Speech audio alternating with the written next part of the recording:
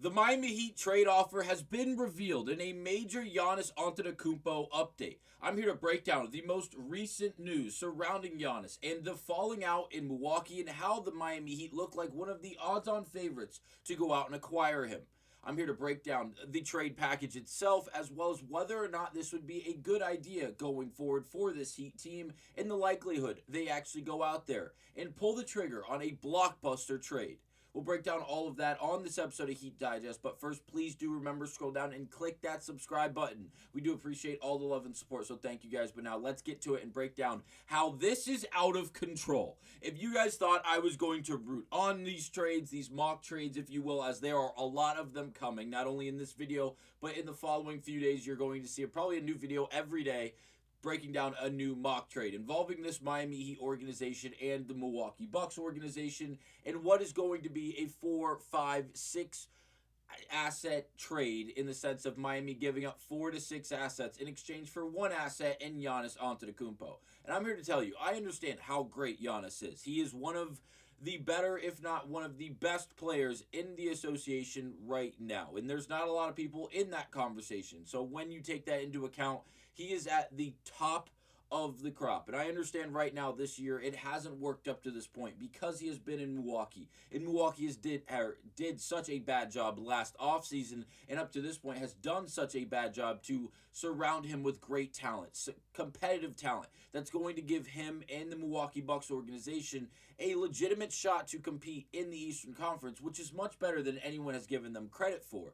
But Milwaukee has failed to do that, and now Giannis is working his way out of the Milwaukee Bucks organization because of simply how bad things have gotten. We've heard these rumors year after year after year after year, whether it's in the offseason or it's during the regular season when things aren't working between Giannis and Milwaukee.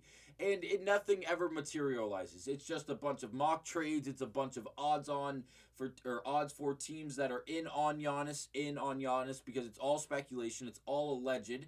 But now, this time it feels very, very real. Not only did we get this tweet from Shams that we broke down on the last episode of Heat Digest about how the Milwaukee Bucks organization and Giannis himself and his agent have started conversations about most likely not being there for the foreseeable future. And is this a crazy move for the Milwaukee Bucks? Absolutely. Think about what they're giving up, not only statistically, but financially.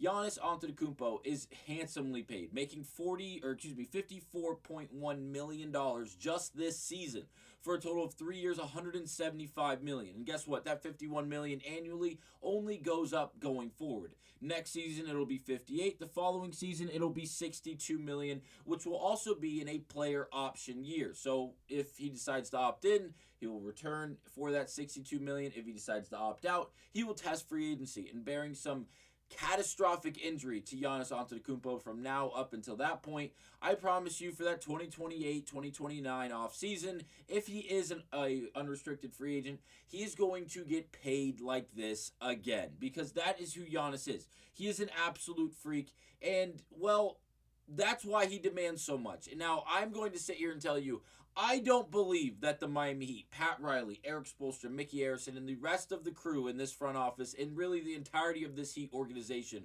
are going to be willing and able to move this many assets, and let's just call it mountains, in order to get Giannis to Miami. The conversations have always been great, and the speculation has always been fun and exciting. But when it comes down to this actual real conversation about whether or not the Miami Heat should go out there and trade 1, 2, 3, 4 assets in the sense of player assets, and then 2 draft picks, both of them coming as first rounders, it's a 6-for-1 trade, and all you're getting back is Giannis Antetokounmpo. And I understand he's that good, and he's that transcendent, and he's going to be a Hall of Famer, and he can lead your team both offensively and defensively. I understand. But if you give up Tyler Hero, Devion Mitchell, Kel'el Ware, Jaime Jaquez Jr., a 2030 first-round pick, and a 2032 first-round pick, at what point is too much just surpassing the level and the line in the sand? And if you may be thinking, well, Devion Mitchell, you can give up, he's a complimentary point guard. Then you get Tyler Hero would be a hard fall, but then you'd have Bam Adebayo rather than No, this team, as currently constructed, are playing off of one another so well and adequately that you don't want to throw a wrench in this. You don't want to mess things up. If you go out there and trade 4 player assets in exchange for 1, first of all, think about the depth you're going to lose. The Miami Heat have so much depth. If you think about watching these games, you have Devion, Tyler Hero, obviously Drew Smith, Pelle Larsson, all at the guard spot with the ability to facilitate and handle the basketball in the sense of a guard. But then you have Norman Powell, Jaquez, Wiggins, Fontecchio, Bam Adebayo, Kel'el Ware, Jovic. All of these guys have the ability to play the small forward to the center. Outside of Kel'el Ware, he's going to be a power forward / a center every time he steps on the floor. But everyone else has the flexibility and versatility to play 3 through 5. And I understand Norman Powell or Andrew Wiggins out of 5 is not going to happen. It could. It genuinely could. If Miami wanted to run the smallest lineup they possibly could and throw out a bunch of quick guards who have high free throw percentages as well as the ability to handle and facilitate the basketball in a late game crucial situation where they don't want any turnovers, they want high percentage at the free throw line if it's that situation where the ball gets in and whoever gets fouled is going to the free throw line. Like, it makes sense, and I know it's a very small and slim odds of things like that actually taking place.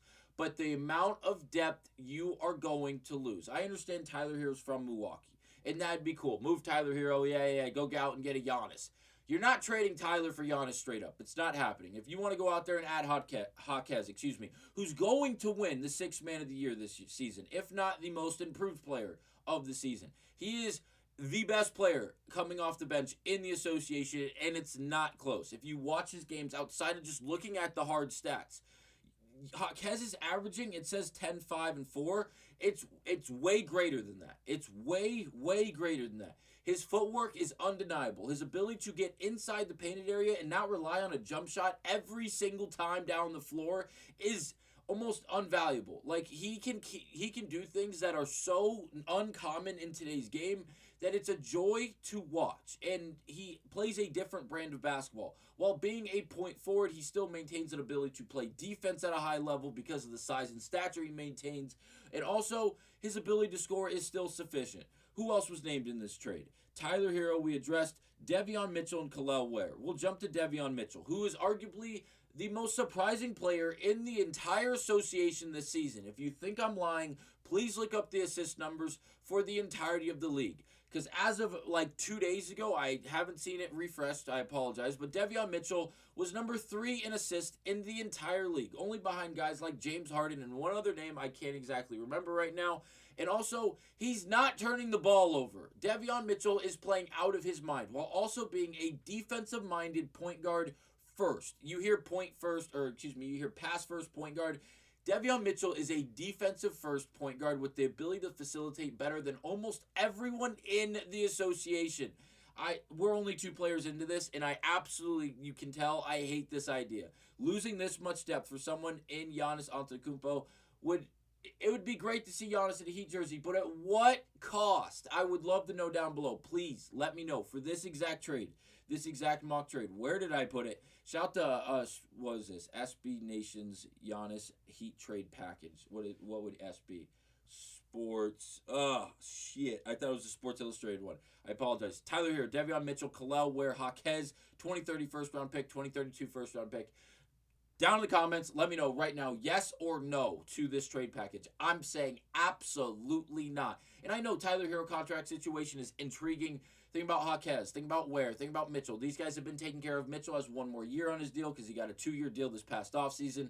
Great move by the Miami Heat. But then you have Ware and Jaquez. Both guys are very, very young into their NBA careers as well as their life in general. They have a lot of basketball out in front of them, and they're only going to continue to get better and better as the years go on.